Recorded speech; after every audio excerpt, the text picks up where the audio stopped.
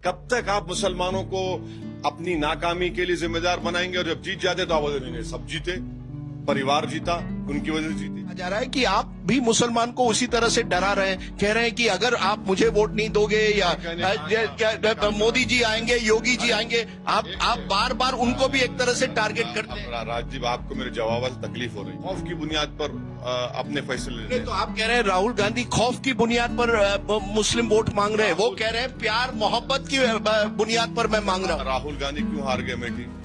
मेरी वजह से हारे।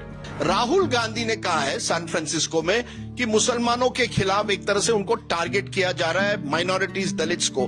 कांग्रेस कह रही हम जो हैं नफरत के इस बाजार में मोहब्बत की दुकान बना रहे हैं। किस तरह से देखते हैं कि राहुल गांधी कह रहे देखिए मुसलमानों का नुमाइंदा है, या हम मुसलमानों के लिए सिक्योरिटी प्रोवाइड करेंगे, नफरत के खिलाफ हम प्यार बांटेंगे। ये सब जबानी बातें हैं जो पिछले 50 साल से हमारे कान पक गए। इस तरह की बातें, डायलॉग सुनकर। पोलराइजेशन का मतलब ये होता है कि दो साइड्स होनी चाहिए, या दो साइड नहीं है। एक तरफा नफरत फैलाई जा रही है हिंदुत्व की आइडियोलॉजी की बुनियाद पर। तो यही तो राहुल गांधी नहीं, सुनिए। और मेजॉरिटी कम्युनिटी को लेकर बीजेपी हिंदुत्व आइडियोलॉजी को बढ़ा रही है। आप देख लीजिए, अगर कांग्रेस का प्रेसिडेंट तेलंगाना में कहता है कि अगर हम जीतेंगे तेलंगाना तो 100 राम मंदिर बनाएंगे, ये क्या है? आप क्यों नहीं बात करते स्कूल्स की? आप क्यों नहीं बात करते डेवलपमेंट की? आप क्यों नहीं बात करते सिक्योरिटी की? फिर आप बीजेपी को देख लीजिए, अमित शाह कर तेलंगाना में बोलते कि हम 4 रिजर्वेशन निकालेंगे। पोलराइजेशन एक तरफ, दो तरफ होना चाहिए। आप पर भी इल्जाम लगता है ना, आप कहाँ विकास की बात कर रहे हैं, आप भी रिलीजियस आइडेंटिटी की बात कर रहे हैं। एक काम करते हैं, आप मेरे कॉन्स्टिट्यूंसी में आइए, आकर देखिए क्या डेवलपमेंट हो रहा है। मैं पिछले 20 दिन में 18 करोड़ के डेवलपमेंट के काम का इनॉग्रेशन किया हूं। आप मराठी एप्लीकेशन डालिए। हम यही बता रहे हैं कि आप मेजॉरिटेरियन और मेजॉरिटेरियनिज्म को आप प्रमोट कर रहे हैं। आप कांग्रेस बात करती है, सब बातें करती हैं, फिर आप यूएपीए का कानून क्यों सपोर्ट किया अमित शाह को जुलाई 2019 में? आप बताइए ना। और आप सत्ता में थे, क्या क्या नहीं हुआ आपके दौर इख्तिदार में? सर, कांग्रेस कह रही है आज कि खास करके कर्नाटक के बाद कि असदुद्दीन ओवैसी एक तरह से बीजेपी की बी टीम है। मुसलमान जो है अब हमारी तरफ आ रहा है। अकॉर्डिंग टू पोस्ट पोल सर्वे करीब 88% लोगों ने मुसलमानों ने कांग्रेस को वोट दिया है। कहीं ना कहीं क्या असदुद्दीन ओवैसी अब मानते हैं कि जो मुस्लिम है वो देख रहा है कांग्रेस की तरफ, और आपकी पार्टी जो है शायद अब क्योंकि उनको लगता है बीजेपी को मुकाबला नहीं कर सकती, इसलिए वो कांग्रेस की तरफ जा रही, जैसे कर्नाटका में। अरे आके लड़िए ना हैदराबाद, चलिए लड़िए, बोलिए हैदराबाद, बताएंगे उनको। थोड़ा मैदान आगे है सर, हैदराबाद इंडिया नहीं है। सुनिए, हैदराबाद से शुरू, आप मेरा नाम लेकर बोल रहे हैं ना जी। मुसलमान जो वोट देता है खौफ की बुनियाद पर देता है, उम्मीद की बुनियाद पर नहीं देता।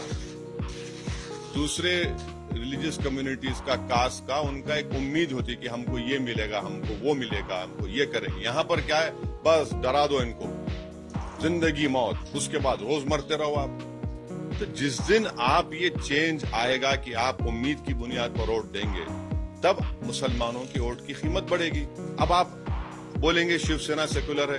शिवसेना सेकुलर है महाराष्ट्र में, बताइए क्या क्या नहीं कहा गया था?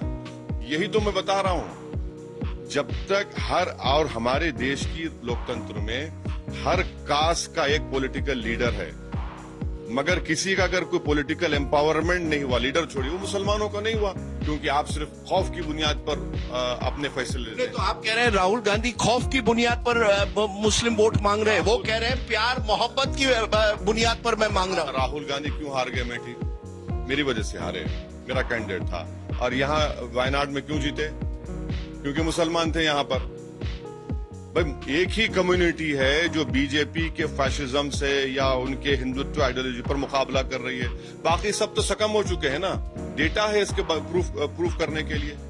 ओवैसी जी, लेकिन ये कहा जा रहा है कि आप भी मुसलमान को उसी तरह से डरा रहे हैं, कह रहे हैं कि अगर आप मुझे वोट नहीं दोगे या मोदी जी आएंगे, योगी जी आएंगे, आप बार बार उनको भी एक तरह से टारगेट करते हैं। राजीव, आपको मेरे जवाब से तकलीफ हो रही है, तो आप ये बोल रहे हैं। नहीं, मेरी बात सुनिए।